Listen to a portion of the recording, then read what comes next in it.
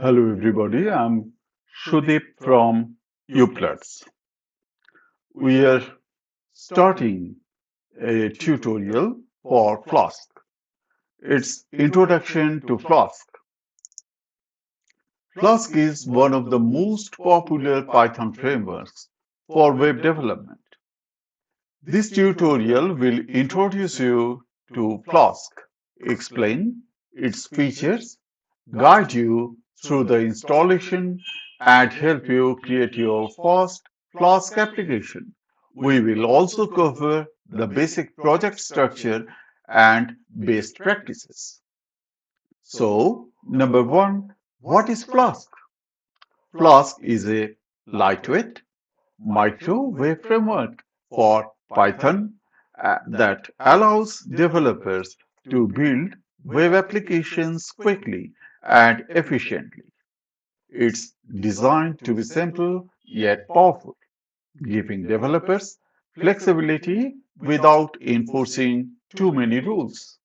Why is Flask called a micro framework? Flask is called a microframework because it does not come with built-in components like authentication, database management, or form validation. However, it's highly extensible and allows developers to integrate additional libraries as needed. Flask is often used for small to medium web applications, RESTful APIs, prototyping, and quick development, microservices. Features of Flask. Flask provides several useful features that make web development easy. Feature lightweight, minimalistic, and easy to set up. Routing maps URLs to Python functions. Ginger to templating, a powerful templating engine for rendering HTML dynamically. Integrated development server comes with a built-in server for testing applications.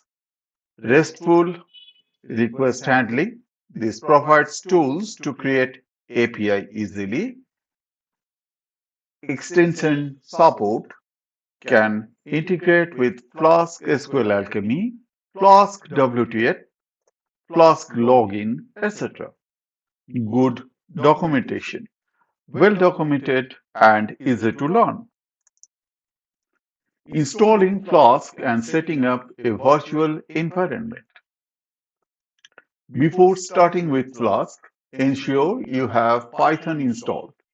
You can check your Python version by running python-version. Let's try this. Here, I shall go to my terminal and cd make. First, I need to make directory mkdir, then tutorial. Now cd tutorial, that is change directory to tutorial. Now mk or mkdir flask, sorry, flask, cd flask. Now mkdir 001 cd 001. Now I shall start our Visual Studio code. Code dot, press enter.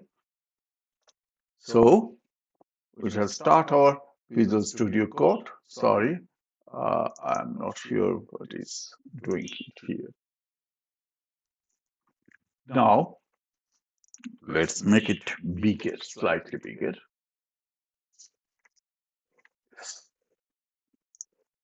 It's much bigger, but okay. Now control and backtick. That is, backtick is under escape key. Backtick. Now type Python -. Sorry, Python is not available. Why? Because macOS needs Python 3. Python 3 hyphen hyphen version. Now it's working and showing me that its Python version is 3.12.7. Let's go to slideshow. Create a virtual environment. It is best practice to use a virtual environment to manage dependencies. Python -m -v -v. So for our case, it will be Python 3 -m -v. Now activate the virtual environment. For Windows, we need to run -v scripts /scripts /activate. For Mac or Linux terminal, we need to type source, then space -v/bin/activate. After activation, your terminal should show -v before the command prompt. Let's try it here. Now, first install it, Python 3. Please remember that Mac doesn't use Python. It's Python 3. Windows, although Windows supports Python command. Python -m, then what is called -m -venv. Please wait for some time. It already created one folder here. Now I shall type source, then source, then what is venv bin activate. Here we are here. Here source venv, then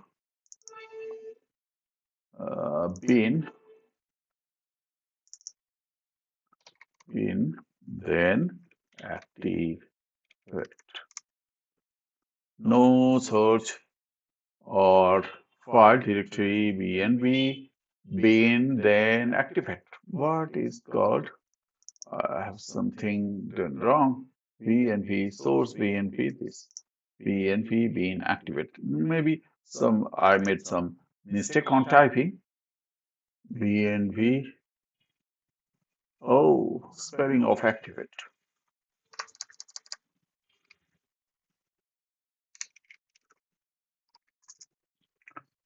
Now we see venv is there. This venv within brackets. Okay. Slideshow. Go to next.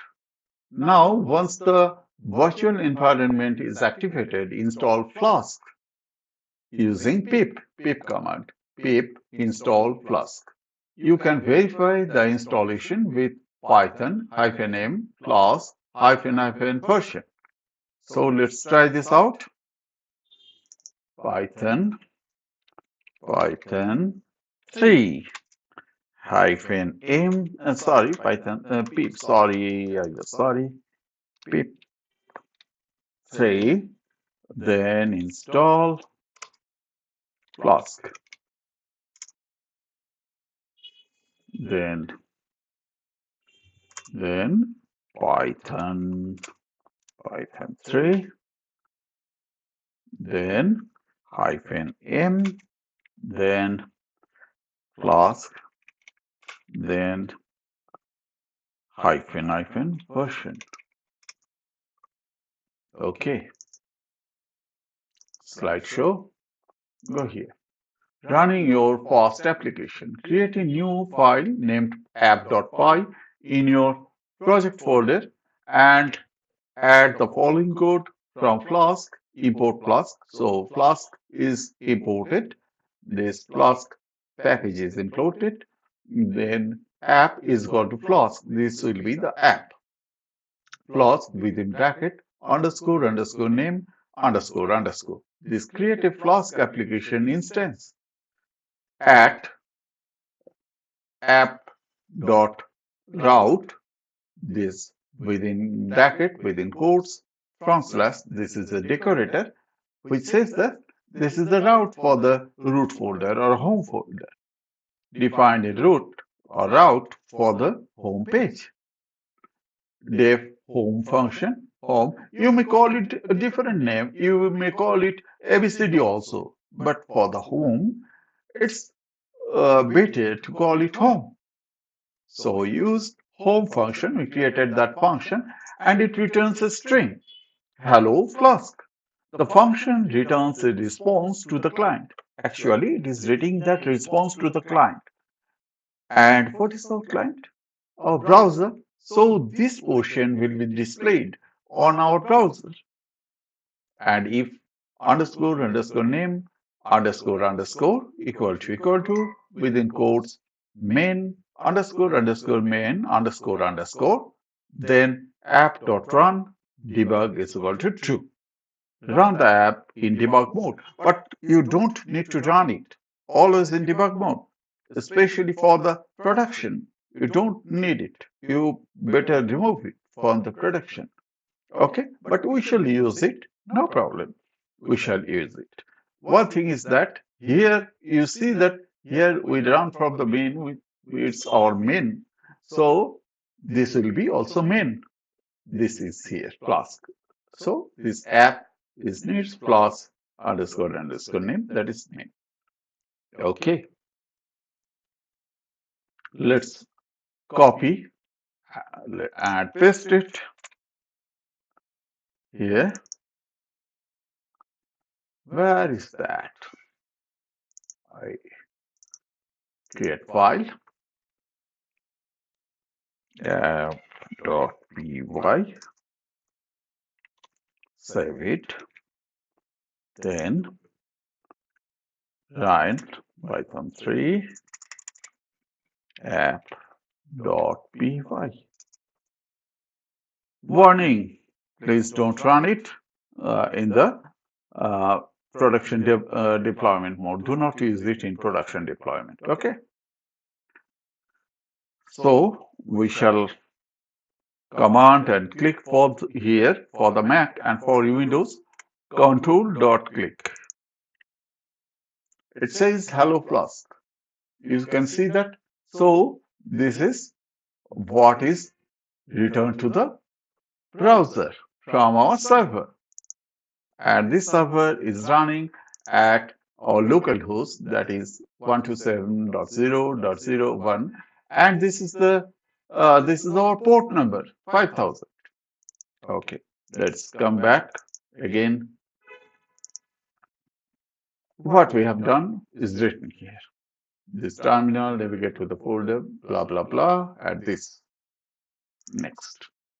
Flask project structure and best practices. As your first project grows, it's important to maintain a clean structure.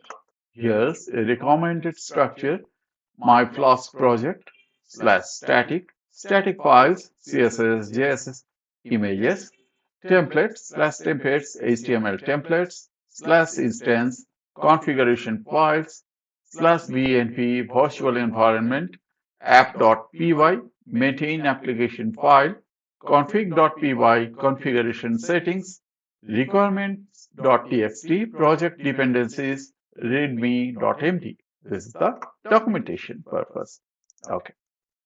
Best practices: use blueprints for modular apps. Instead of keeping all the routes in app.py, split the app into multiple files using Flask blueprints. Use environment variables for configuration. Instead of hard coding settings, use .env files to store sensitive information. And number 3, enable debug mode only in development. Never run app.run debug is equal to true in production. Follow Flask naming conventions. Use lowercase with underscores for files and functions. Use requirements.txt for dependencies. Save all installed dependencies using pip freeze, then greater than symbol, then requirements.txt. So output of pip freeze will be sent to requirements.txt. Later, install them in another environment using pip install-r requirements.txt. So from txt, it will install. So for one thing, that is for uh, Mac OS, you need to use pip3. How to deactivate virtual environment? Just give the command deactivate. That's all. Let's see. Here I come out from the server by pressing Ctrl C and type here deactivate. And you saw this VENV is cleared and we come to here without that in our left side. That's all for now. Thank you.